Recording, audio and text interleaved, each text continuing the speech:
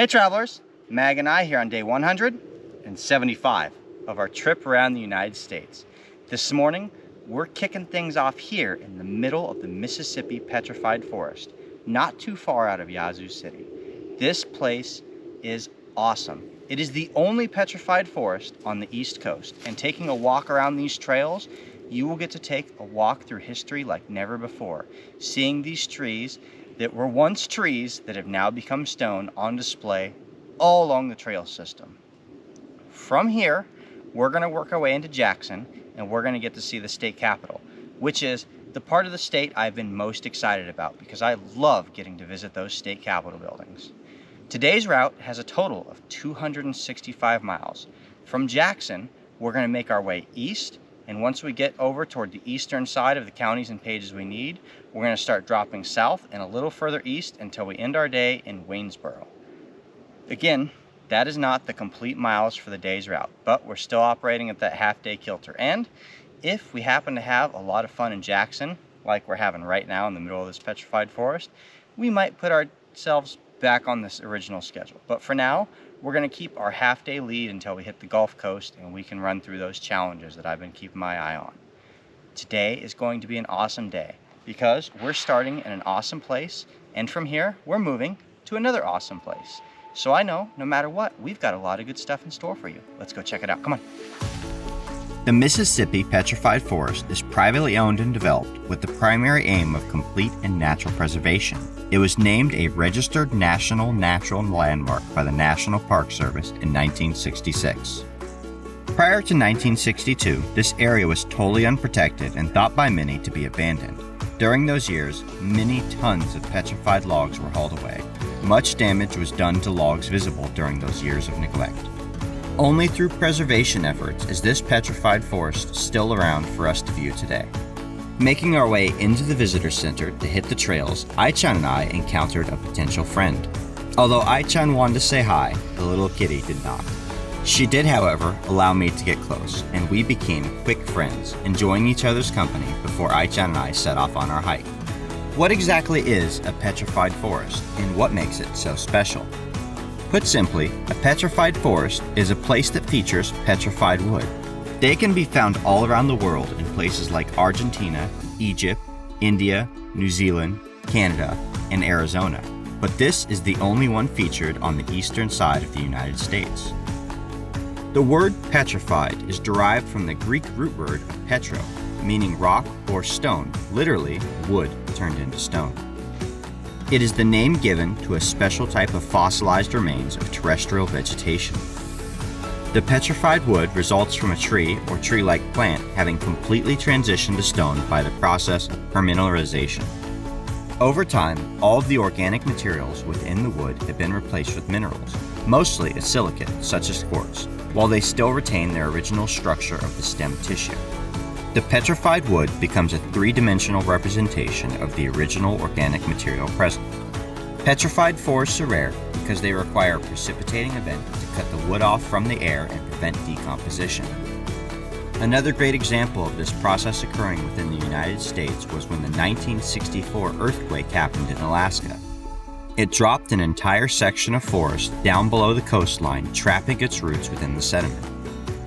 That forest, too, is on its way to becoming a petrified forest, as decomposition of the trees has stopped and all of the organic materials is being replaced by minerals.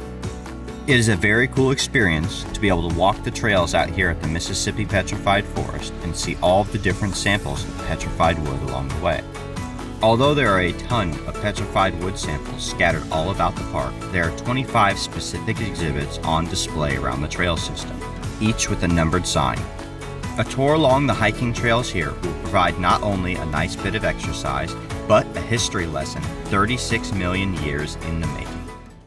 Taking a little break after our tour of the Mississippi Petrified Forest, we stopped into Yazoo City, the county seat of Yazoo County, which is named for its location along the Yazoo River.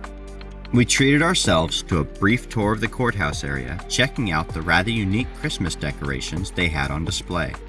Our stopover in the city was fairly brief though, as there was only a couple of geocaches here to find and a virtual in a nearby cemetery.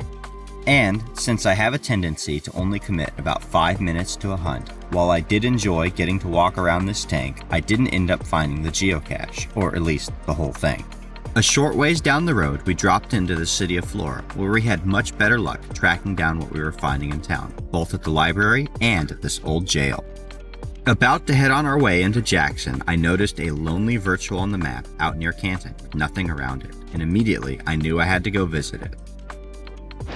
Alright, so I just couldn't help myself. When we were in Jackson, Tennessee with San Ferric, we visited the Casey Jones Village. It was the first time I'd heard about the train accident when he was on his way to Canton, Mississippi. So, just about to head into Jackson, the capital of the state, I noticed there was a lonely virtual northeast of where I was. Absolutely no geocaches anywhere around it, and completely off route. But being ahead of schedule and seeing that this was the stop that Casey Jones was trying to get to, I couldn't help but bring this thing full circle and come visit the museum for myself. I get the impression this place is probably never open anymore. It doesn't look like they open their doors, but it's still pretty cool to visit the other end of that story. On the way toward the state's capital, we stopped off to visit the Pocahontas Mound. This interesting little park, which doubles as a rest area along Highway 49, is the site where the Pocahontas Mounds were constructed by Native Americans somewhere between the years 750 and 1500. This type of mound is known as a platform mound, which stands about 20 feet above the surrounding landscape. Archaeologists conjecture that platform mounds were intended to serve as elevated platforms upon which wooden buildings could be built, typically for Native American leaders. On our winding route toward the capital, we stopped off to find several interesting geocaches. I thought this birdhouse was rather unique because usually they don't actually allow birds to live in them, but this one doubled as both. Feathered housing available on the top floor and make your find on the bottom level. And although it had not originally been on our target list, when we noticed there was a 2002 geocache in the area, we could not resist taking a hike out to make a stab at it. I sure am glad that we did, because not only did we manage to track down an oldie, but this would be the only ammo can that we managed to locate today.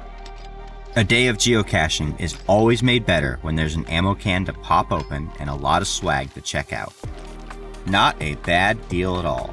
Okay, let's go ahead and grab one more over in Ridgeland before we call it and head to the capital.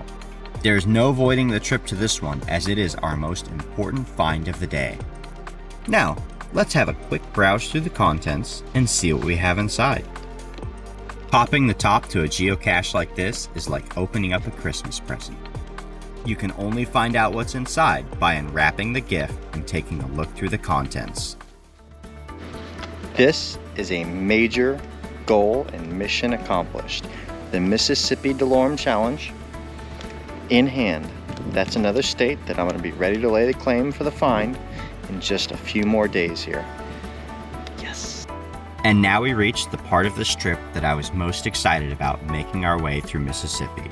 Jackson, the capital of the state and the most populated city in the state with a population of around 150,000 people. Not only is this the only city in the state with a population of over 100,000 people, but fully more than 20% of the people in the entire state live right here. Sometimes referred to as the new capital, this has been the seat of the state's government since it succeeded the old State House in 1903. Walking around the Capitol building complex, there are plenty of things here to keep a geocacher entertained. Of course, there are plenty of statues, memorials, and monuments to check out. There's also an earth cache located right here along the base of the statue and the steps leading up to the Capitol doors. Additionally, there are 2 complete adventure labs around the grounds. Once you work your way through all 10 stages, you can cross the street to the Mississippi Veterans Memorial and do another adventure lab for another 5 stages. The monument here features a flag constructed out of colored bricks, red, white, and blue, the oath of enlistment that every service member holds up their right hand to swear into the armed forces of the United States, and several interesting monuments paying homage to our troops, distinguished units, and Medal of Honor recipients. I am so glad that I had the opportunity to visit Jackson today and take a tour around the Capitol building and this great memorial. And there we go. Another day out here on the road in Mississippi comes to an end. And what a better place to bring it to an end than here at the state capitol in Jackson.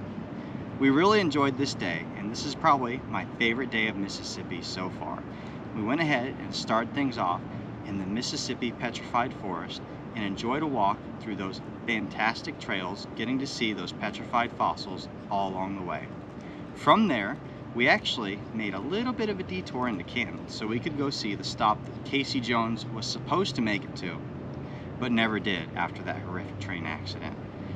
Then we got to find the DeLorme Challenge Final in Ridgeland, and that really helps to culminate our completion of the state, which is coming up in just a couple of days now.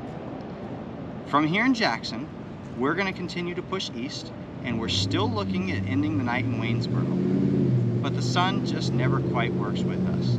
That's alright though, because we'll be back on time or just slightly ahead of it for when we begin our miles for tomorrow. We hope you guys have enjoyed touring this part of Mississippi as much as we have. It really has been quite a ride today. Thank you for joining us. Like this video, subscribe to stay tuned for daily updates, and we'll see you out on the trails.